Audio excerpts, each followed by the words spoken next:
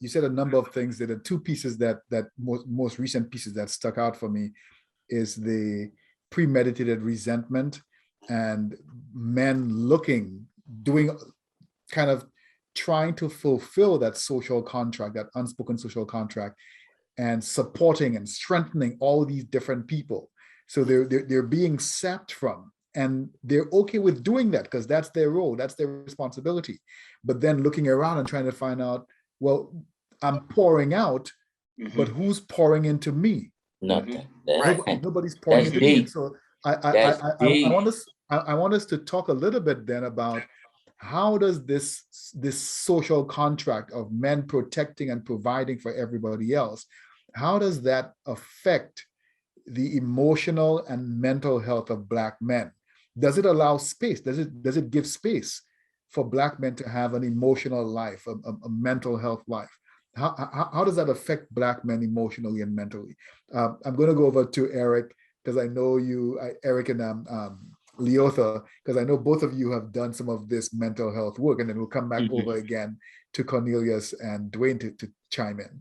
So I was just gonna say, it weighs on us, and we don't always know, like because we're so used to just moving and going and pouring out, like you all said. We honestly, like even me as a mental health professional, if I don't intentionally just stop and check in with myself, I won't know if I'm down.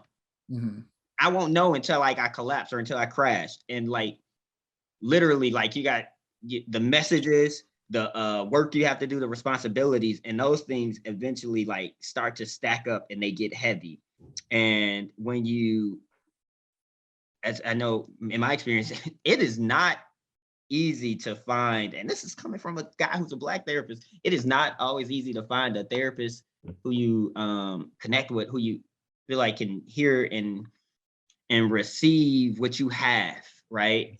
And or like, you have all these, you have these different groups, but sometimes there's just something lacking even from those. So finding a place to recharge or that pours into you is difficult. And it gets heavy. I'm not gonna lie, it gets heavy. Sometimes I'm like, I have to really ask myself, how am I, like, what is this I'm feeling? Like, am I sad? Am I disappointed? I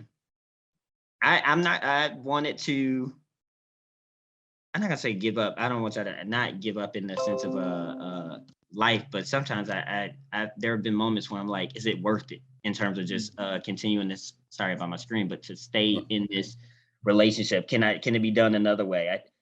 I gotten to points where I empathize with others who might decide to do different, to operate outside of a relationship or even outside of the home, just because some of it just seems unnecessary. Like you literally could just, in your view, be doing your best, or in others' view, working to do your best and it not be recognized, which I think just adds on this other layer of stress. It's like, damn, I'm doing all that. Excuse my language. I'm doing all of this and it's not being, it doesn't seem to be helping, at least qualitatively.